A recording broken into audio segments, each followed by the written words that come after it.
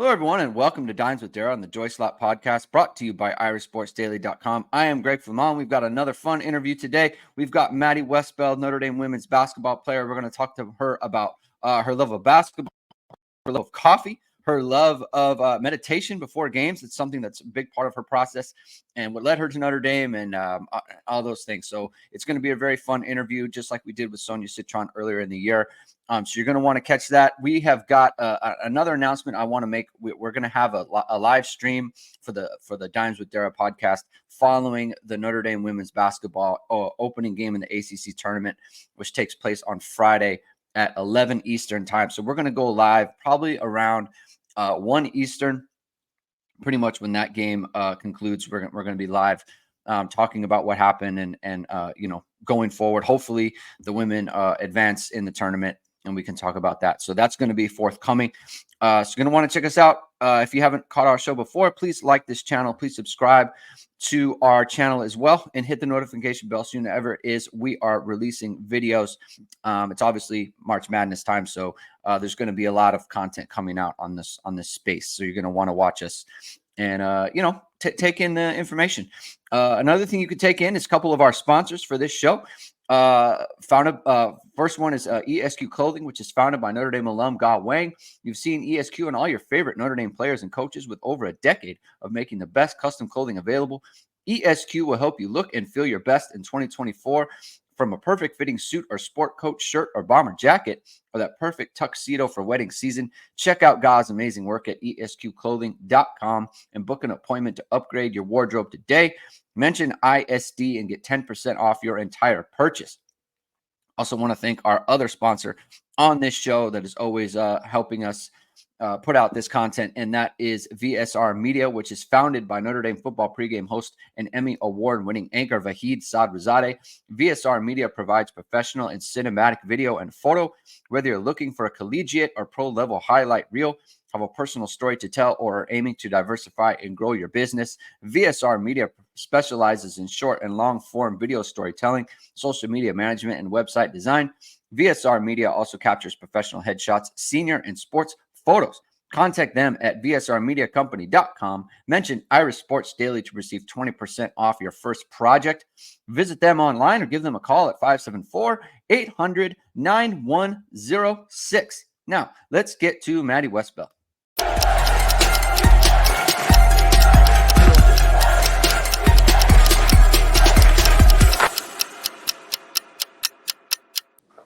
Here with Notre Dame women's basketball player, Maddy Westbeld. Thank you for joining the show. Maddy, first question to you.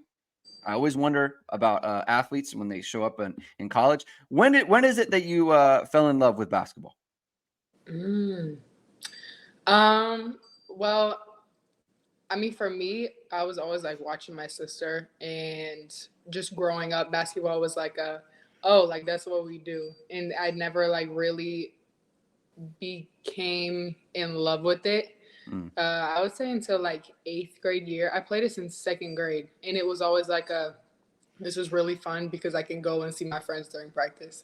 And so I never like actually became in love with it till like 8th grade. And that's when I started every day I would go after school to the rec center and I would play against the boys, and like that was my decision to do that. And so it really wasn't until I like kind of started to explore it that I really fell in love with it. Were you always taller? For sure. Yeah. Okay, so it was natural. A question then is, how did you develop your outside game? Because as a taller player, I think everyone's going to naturally just want to put you inside and do post moves like that. And so how did you develop? You have a very developed long game. You're a good 3-point shooter. You're around 35% for your career. Your elbow jumper is a very potent weapon for this specific team. And so, but you also you'll put the ball on the floor. You'll play make. You'll one-handed passes. You're a good passer. And so you have a very well-developed game. I assume growing up, you were inside a lot. How did you develop that part of your game there? Yeah, well, my dad initially signed me up for basketball, and that was like his way of developing both me and my sister specifically was he's going to teach us the fundamentals, and then he'll let us be coached by someone else. But that was always his thing, was you're going to learn everything from day one, and then you kind of mold yourself into the player that you want to be, but you're going to have the skills to do everything, to bring it coast to coast, to pass the ball to anyone, to be a point guard, even if you don't play the point guard. So I've always, like, literally from day one, I've always brought the ball up the court, like, did everything that guards could do because I was just taught that. So. Okay. You've referenced her a couple of times, Catherine Westbeld, your sister, 2018 national champion on the Notre Dame basketball team. So shout out to her.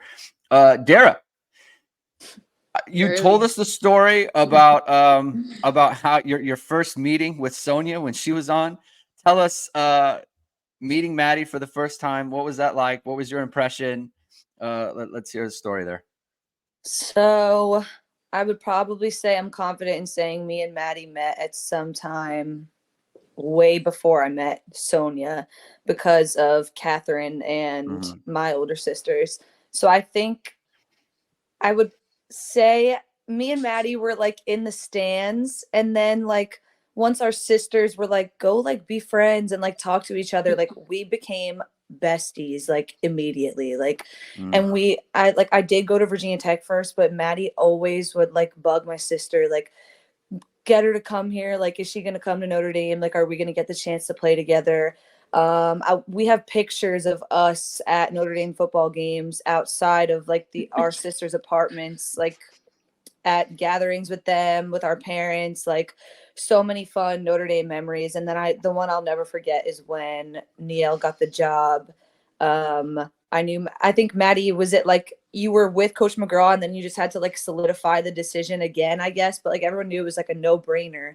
And then I verbal to Notre Dame, and Maddy called me and was like, oh my God, like this is everything that we would always talk about when we were younger. Like we're finally going to get the chance to play together. And it was just such a cool thing. Like there's pictures of Catherine and my sisters, and then Maddy and I like sprinkled throughout Rolfs. And it's just like such a unique and cool story how we were able to live out the same legacy, but in a different era.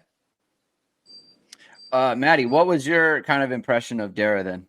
In terms of just like her the person, and then getting to play with her. I wonder, like, so Dara referenced like, this is all we dreamed about. Like, what was it like actually to play with her? Dude, I remember in high school I remember going to AU tournaments and Dara would be playing for her, New Jersey team, and she was a dog. And I was like, I want to play with her. Like, I was so mad that you went to Virginia Tech because, like, why? like, we were supposed to do this together from day one, which we ended up doing, which was just so cool. Like, my first memories with Dara was being in the gym with Jaden, watching our sisters play.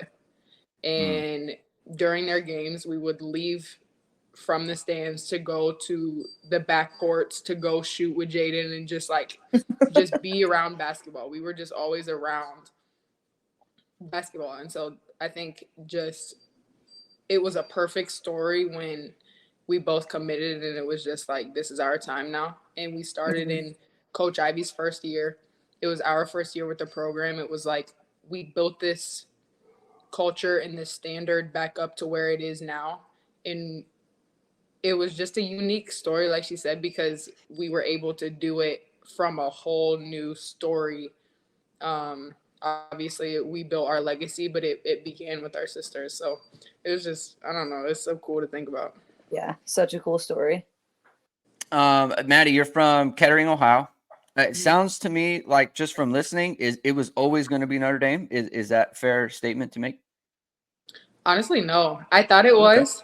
And I started to get recruited. And I wanted to keep my options open. And honestly, I knew it was always going to come down between Notre Dame and another school. But I wanted to give other schools a chance to, create my own legacy. And then at the end of the day, I loved this place. My heart was in this place. And I knew that I could create my own legacy here. So. Was it ever like close? Was it ever like, was there a time when it's like, maybe I am going to go somewhere else?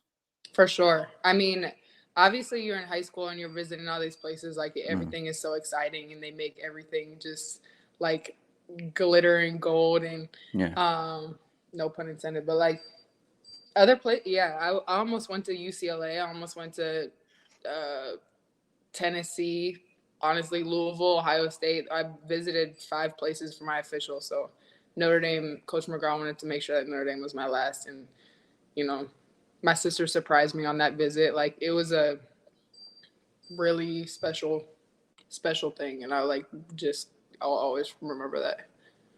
Well, it sounds like they didn't take it for granted, so that's good. Good, Yeah. good job by the staff on that one. Was it always basketball? Did you play other sports growing up? No, it was only basketball. I tried to play volleyball in high school. My sister played, and then I tried out, and I made the JV team, and then I quit. So I was like, I'm just not doing that. I'm not good at being bad at things. Did your sister play anything else? Yeah, she played volleyball. She was really good. She could have gone to college for it, but, you know, basketball is in her heart. So. Okay. So we talked about it before. You have a love of basketball. You may have a greater love of coffee. It comes like as a big it's a big part of your Instagram page, which is great. And it's interesting because I'm a coffee drinker myself. I know Dara is as well. But where did that come from? When did that start? Well, my whole family is Italian, and I don't know if that has something to do with it, but like the culture of getting up in the morning and drinking coffee with just the girls was everything. And even growing up, like I didn't drink coffee till college, but like it was just that idea of you get up with it's a routine. Like you get up and you enjoy your time, and it's like a special moment of joy. And so honestly, I think that's where it started. And then I became like a big routine person in the morning and meditation and all that. And coffee was just like surrounding that, and then just exploring different things around coffee. I literally love it. What's your favorite brew? Well, I have a Chemex, so I'll like drip it in the morning. I've been into, this kind of sounds weird, but it's like a mushroom infused, and it's supposed to help you focus. And I get it at Fresh Time, but it's so good, and it doesn't taste nasty. Like it's cool, but it doesn't doesn't make me crash as much as regular coffee does. So Is this just black coffee? yeah. Do you make cappuccino? Do you make what is it? So the Chemex is a drip coffee, so that's like it's like a dark roast.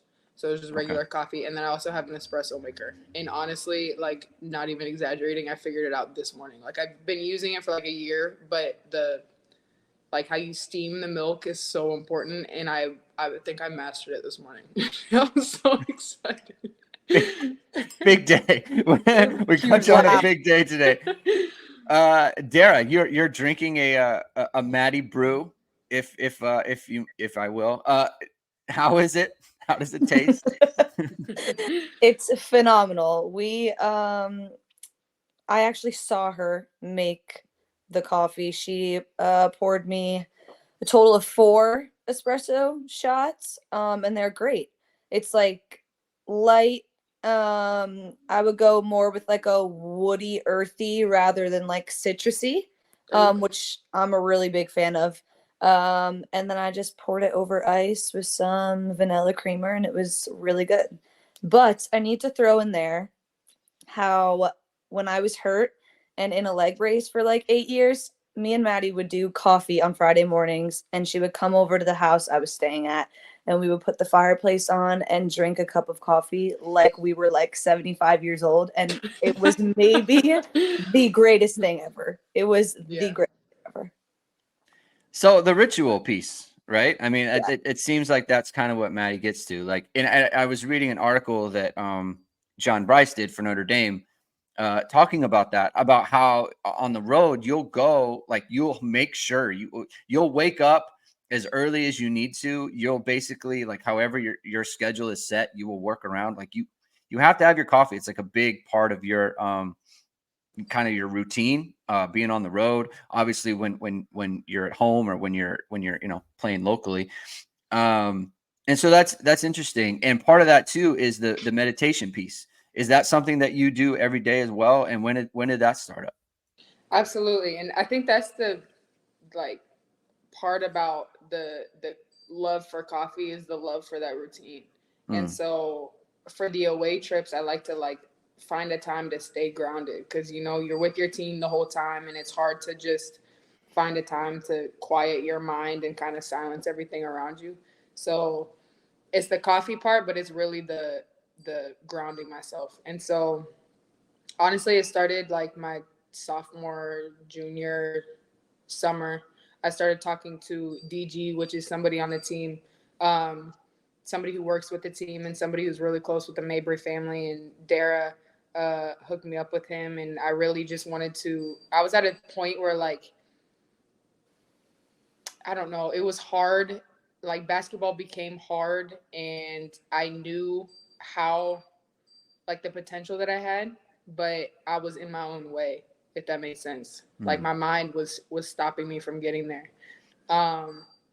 And I wanted to break through. And so I let Dara know, and I knew that she had been talking to him and I was really interested. And so I started talking to him and he helped me tremendously with just tools and different kind of ways that you can go about that and how to navigate like freeing up your mind and freeing up space to create rather than kind of that self-sabotage and like I don't know, just free up your mind. And so I became really in tune with meditation and started to explore that. And it's just became such a grounding thing for me where I just wake up in the morning and I kind of just allow anything that's on my heart, on my mind to come to the surface and then just kind of make peace with it.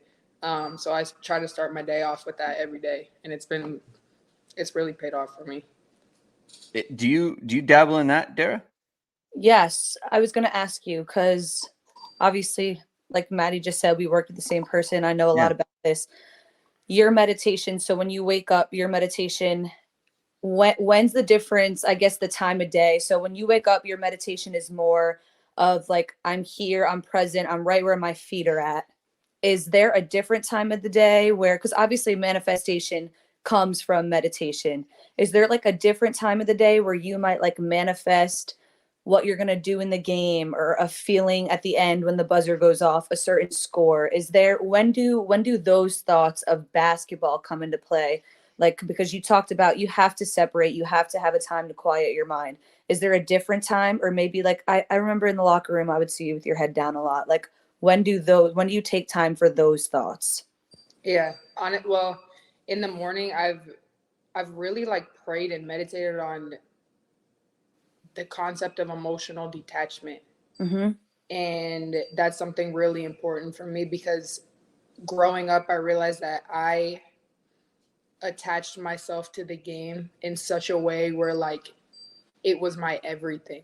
And so when I wasn't playing good, I would place my value on me not playing good.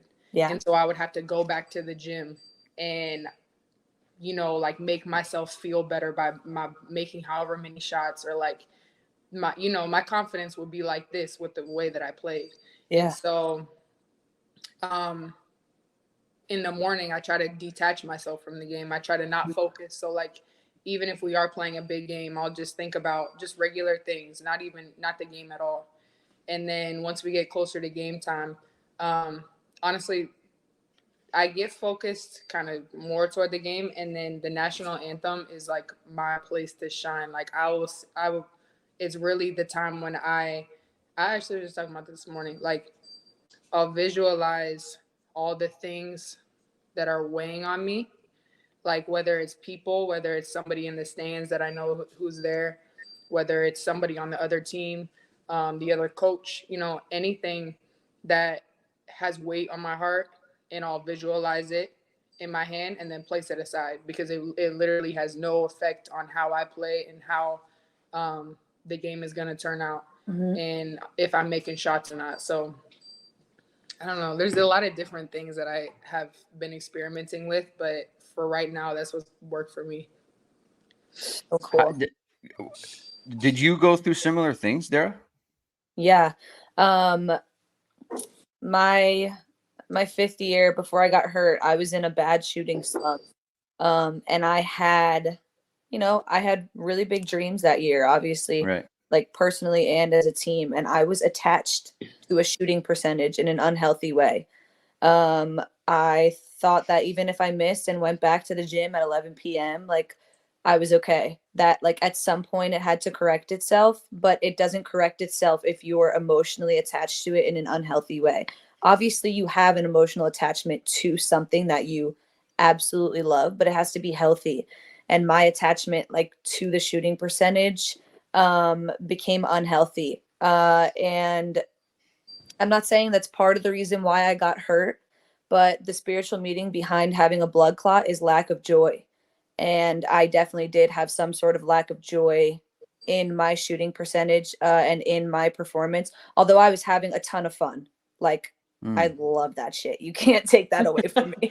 I love my teammates. I love Notre Dame. But there was part of me that I thought about it every day. Like, it's your last year. You're supposed to be shooting your best percentage. I was not shooting my best percentage. I was shooting my worst. And yeah, the way the story unfold, and then now, like I could brick an air ball, and I will walk off the court with the same big ass smile that I did in the beginning of the practice. So that's just like a different topic of like what injury and stuff does for me. But if you really like understand the emotional and spiritual meaning behind things, like you will be like so much more at ease with yourself just on like your day-to-day life. And like, I mean, I would not understand any of that without Derek, the person that Maddy was telling us about before. Yeah, like this whole conversation like really hits home for me because as an athlete, I was very results oriented in terms of just like you guys said, like just how you feel about yourself. You know, if I do something and I win or I do well at it, I feel amazing. And if I don't, I'm just like I feel terrible, right? And I think Maddy, just listening to you, there's a lot of like kind of negative like self-talk, like negative self-talk that goes along with that. And it's kind of like getting in your own way. Like that is something that I dealt with. And I see that a lot with my oldest daughter too. And Dara, no, I talk about her all the time on this show because especially and with Sony as well, because like I wonder how you ladies go through kind of and that's why I always bring up like growing up and how you grew up and how you kind of became like an elite athlete, right? Because I want to make sure because she has that kind of she gets in her own way, you know. And I always try to tell her like these games like they come and go. You're gonna play thousands, right? You're gonna play so many. So it's you just play as hard as you can, and whatever happens, you just on to the next one. You know, it's like because if we win, we're gonna learn from it and we're gonna move on. If we lose, we're gonna learn from it. We're gonna move on. We're moving on regardless. So don't worry about it. So I always try to talk to her about that. So that's like really interesting conversation. And the meditation's interesting. I'd never got into that. And it's one of those things like enough people do it to where it's like that's probably a mistake. Should probably look into it no matter what. So that's really interesting. This is to totally switch gears here. 5-game winning streak for your team. You'd had 2 huge games, right? Maddy, you yourself have played a huge role in those games. And I think when I look at you, you know, it's your senior year.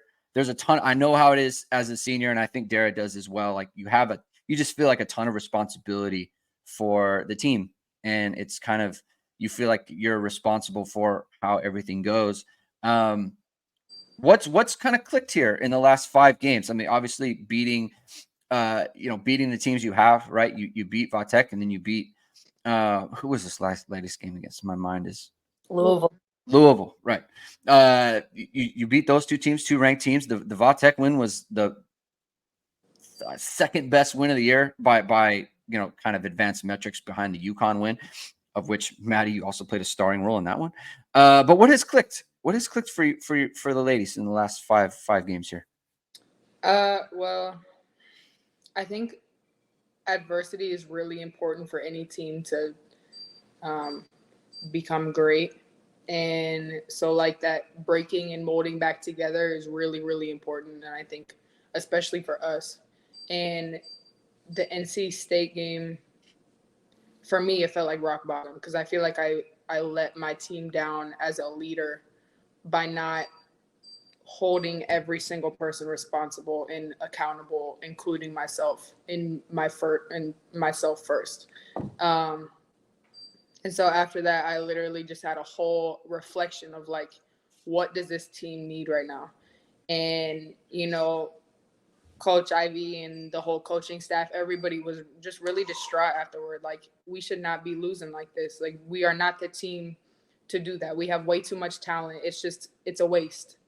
It's a waste to go out and perform in a way that you left on the court. And it wasn't like we didn't play hard. It was just hard, And so I think just reflecting and going back to the basics. And that's really what we did. We had a long conversation just with each other. Like, what do we need to go back to? And it's almost always in any team, it's the little things. It's the little things off the court and the habits that you create going onto the court and the chemistry that you build on the court. And it starts in practice. And so we just had to go kind of back to square one and figure out what do we need to fix and how do we gel together. And so we broke a little bit after that game, and then slowly we started to build each other back up. And after that, we played Duke. And that game, KK came up huge, and we need those people. Like, obviously, everybody's been saying, like, me, Son, and Hannah, but, like, we need more than 3 people, Like, we need every person on the bench, every person on the court to give something. And so it was like feeding into each other. We needed to find that confidence in each other, and starting from Niel, starting from the coaching staff. But, it was just, I think we're starting to gel and starting to trend in a really good direction right now. And I feel like other people are starting to notice that. What have you seen there, Dara, on that front? Absolutely. Obviously, I'm around the team a lot, and I don't know, the feeling that Maddy's talking about after NC State was not just like a damn, we didn't play good. It was like a deeper feeling than that, because it just, I guess, hit home. When you lose like that on your home court, something just doesn't sit right with you about it. And then they had a great road test right after that. Not coincidentally, a time to come together, to rally together. KK was huge. But there's a different feeling, obviously, from being around the team. I think I could speak very highly of Maddy and what she's done, and credit a lot of the team's performance as of the last 2 weeks to her. She's had a different demeanor. Obviously, she's the one always in the gym. She's going to talk. She's the leader, but there was something different this time around, and you could feel it. You could feel the way that the team came together, 1 through, I don't know the number on the roster at this point, 1 through whatever we'll call it. But just top to bottom, everyone's been locked in. Everyone's been playing for more. And maybe the fact that it's March is kicking in a little bit. But I think after the Duke win, they realized, okay, like, this is what happens when we all focus and we all play collectively 1 through 5. And that's a really, really good feeling. I think that they got a little taste of it against UConn, but it's early in the year and people are still trying to figure things out. But now is like the perfect time to click. And they've been great. And it's a great time to start gelling together, especially going into postseason, going into the ACC tournament. I'm really proud of you guys. Thanks, Sterling. Yeah. Oh, that's nice. And there's just I think your team found a gear that you have that you can just hit teams with. And I think that we saw it in the third quarter against Louisville there. I mean, that might have been your best quarter of the year. I mean, your team was vibing, right? Like everyone was hitting shots. You hit a couple elbow jumpers, Maddy. There was one you hit it. I think he put you up 12 or 14. Okay, can we go over that? Bugging. Sure, go ahead. Before we get off this podcast, Maddy, can you please talk us through the clear out step back 3 that you made over Olivia Cochran? Because that's when I was like, oh, that girl is hooping. No, I literally, like, as soon as I saw it was an ISO, I like embodied Sonia from last year at Louisville.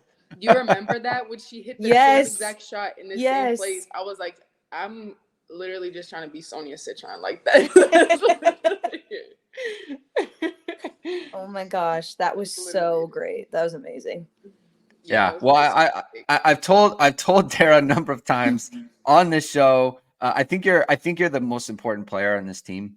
In terms of just the way that, because you could do so many things, right? And you almost like you're not a small, but you can play like one. And so you're kind of like that stretch four that's been such a big deal in basketball the last few years.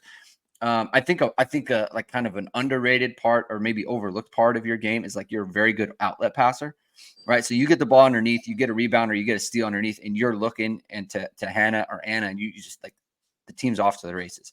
And I think that generates so many easy points, easy opportunities. And look, that's the key to basketball, right? The more easy baskets you can get, the more transition opportunities you can get. It leads to good outcomes, right? And so I think we saw that against Louisville, especially in the third quarter. So good, like, right. I think, it was hard. Like in the beginning of the year, it's like, oh, they're gelling, they're coming together. And then there'd be like a poor performance. And then it's like, oh, you bounce back again, right? You had that a couple of times, right? The UConn win came after a disappointing loss, right? And so, but I think the difference here is that, you had the disappointment against NC State, you came back on the road against Duke, played really well, but then that continued to build. And I think it showed itself in the last two games. Dara and I said, like, this homestand is going to be kind of what defines the regular season, right? And not only did you pass, your team passed with flying colors. So good job by you on that. Maddy, you got to get to class. So we're going to let you go. Thank you for joining the show. This was very fun. I had a great time talking with you, Dara, as well. So you've got the ACC tournament that's coming up on Friday. We'll see who you guys play. You got the double bye, so that's a good job with the short bench, short squad. You want to get that rest. You don't want to be playing too many games, games on the legs. So Dara and I, we're going to be going live. Dara, I'm very excited for that. We're going to do a live show after the game, right after the game ends. We're going to be talking it over. It's March Madness time, so this is when we're kicking in gear. So thank you everyone for tuning in. If you like what you heard, please like this video. Please subscribe to our channel. Hit the notification bell so you know we are going live. Maddy Westbeld, thank you very much. Good luck on Friday, and we'll talk to you soon. Thank you. Thank you for having me. All right.